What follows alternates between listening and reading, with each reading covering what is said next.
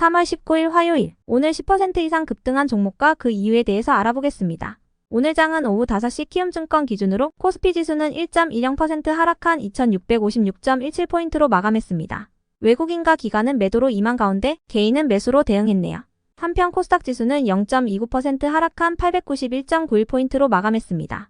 외국인과 기관은 매도로 임한 가운데 개인은 매수로 대응했습니다. 그럼 본격적으로 오늘의 급등 종목들을 살펴볼게요. 오늘 10% 이상 급등한 종목은 총 24종목으로 코스피에서는 8종목, 코스닥에서는 16종목이 나왔습니다. 이 중 상한가 종목은 사마페인트, 에이프로젠, CN플러스 3종목이고요. 오늘 하한가 종목은 테라사이언스 1종목이 있었습니다. 총 24개의 급등 종목들을 한데 모아서 섹터별로 묶어보니 3개 테마로 나눠볼 수 있었어요.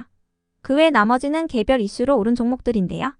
먼저 1번 초전도체 섹터입니다. 어제 장마감 후 신성델타테크가 발표한 사업보고서에 따르면 신성델타테크는 작년 12월에 퀀텀에너지 연구소의 3자 배정 유상증자에 참여하기로 결정하였으며 올해 1월 19일에 9,590주를 40억 원에 취득 완료하였다고 밝혔습니다. 해당 소식에 신성델타테크가 재차 초전도체 관련주로 부각되면서 초전도체 기업들이 시장에서 주목받았습니다. 다음은 2번 로봇 섹터입니다. 삼성전자가 미래 먹거리로 점찍은 로봇 사업의 강화 작업을 본격화하고 있는 가운데 관련 분야의 전문가를 사회이사로 영입하는 등 로봇 사업에 드라이브를 걸고 있다고 전해졌습니다. 업계에서는 특히 지난해 삼성전자가 콜옵션을 확보했던 레인보우 로보틱스의 조기 자회사 편입 방안이 가장 유력한 시나리오라고 보고 있는데요.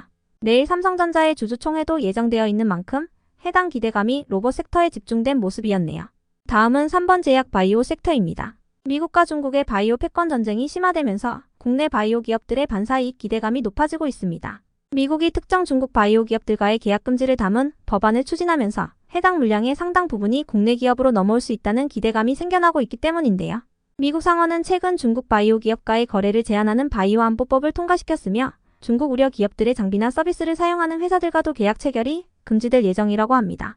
이와 관련하여 에이프로젠 바이오로직스는 의약품 위탁 개발 생산 사업이 가속화될 것이라는 기대감을 입으면서 그룹주들이 모두 상승했고요.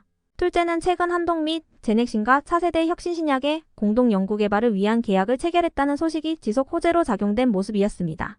시너지 이노베이션은 자회사인 뉴로바이오젠의 비만 치료제 임상 일상 소식이 호재로 작용되었으며 DNA링크는 투자환기 종목 지정 사유가 해소되고 적정 의견의 감사 보고서를 제출하면서 강세를 보였네요. 그 외 나머지는 개별 이슈로 오른 종목들인데요.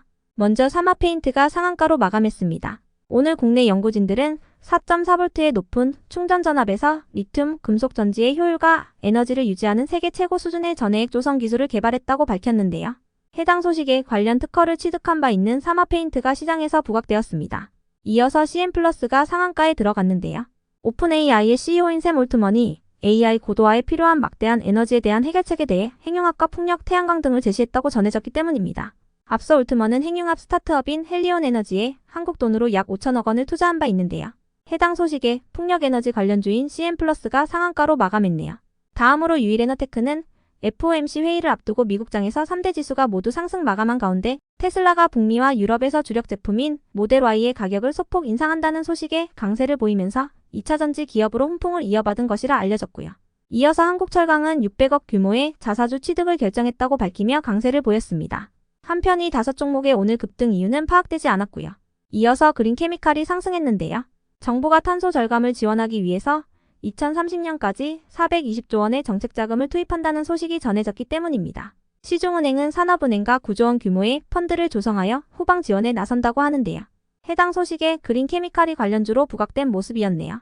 다음으로 DL은 대신증권에서 DL에 대해 어려운 업황에도 불구하고 올해 전사 영업이익이 크게 상승할 것으로 전망하면서 강세를 보였는데요.